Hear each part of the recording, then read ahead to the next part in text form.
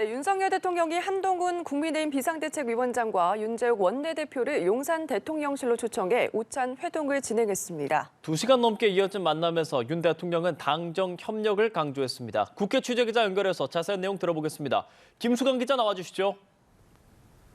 네, 윤석열 대통령과 한동훈 위원장, 윤재욱 원내대표가 약 2시간 40분 동안 오찬 및 차담을 진행했습니다.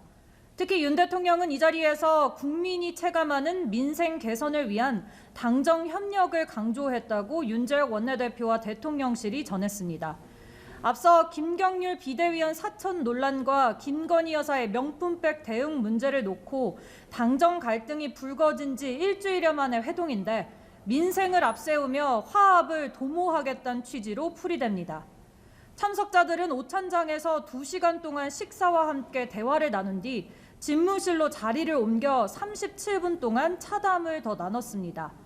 아울러 이 자리에선 최근 잇따른 정치인 테러에 대한 우려가 나왔으며 윤 대통령은 관계부처에 신속히 관련 대책을 마련하라고 지시했다고 밝혔습니다.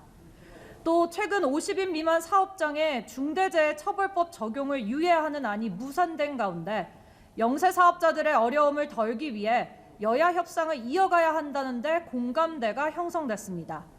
다만 김건희 여사의 명품 가방 수수 의혹을 둘러싼 사과 문제나 김경률 비대위원, 총선 문제 등 민감 현안에 대해선 논의되지 않았다고 윤재욱 원내대표는 말을 아꼈습니다. 또 오늘 만남의 의미를 갈등 봉합의 성격으로 보면 되냐는 취재진 질문에 민생에 최선을 다하자는 취지로 만났다는 원론적인 답변만 내놨습니다. 네, 정치권은 4월 국회의원 총선거를 앞두고 공천 준비에도 박차를 가하고 있는데 관련 내용도 전해주시죠. 네, 먼저 국민의힘은 오늘부터 공천 후보자 접수를 시작했습니다. 정영환 공천관리위원장은 오늘 아침 출근길에서 현역 의원 컷오프 규모를 묻는 질문에 일단 7명은 명확하다고 밝혔습니다. 또 후보자의 도덕성 기준을 강화하기 위해 마련된 클린 공천 지원단은 변호사 위주로 8명 규모로 구성해 바로 운영한다고 설명했습니다.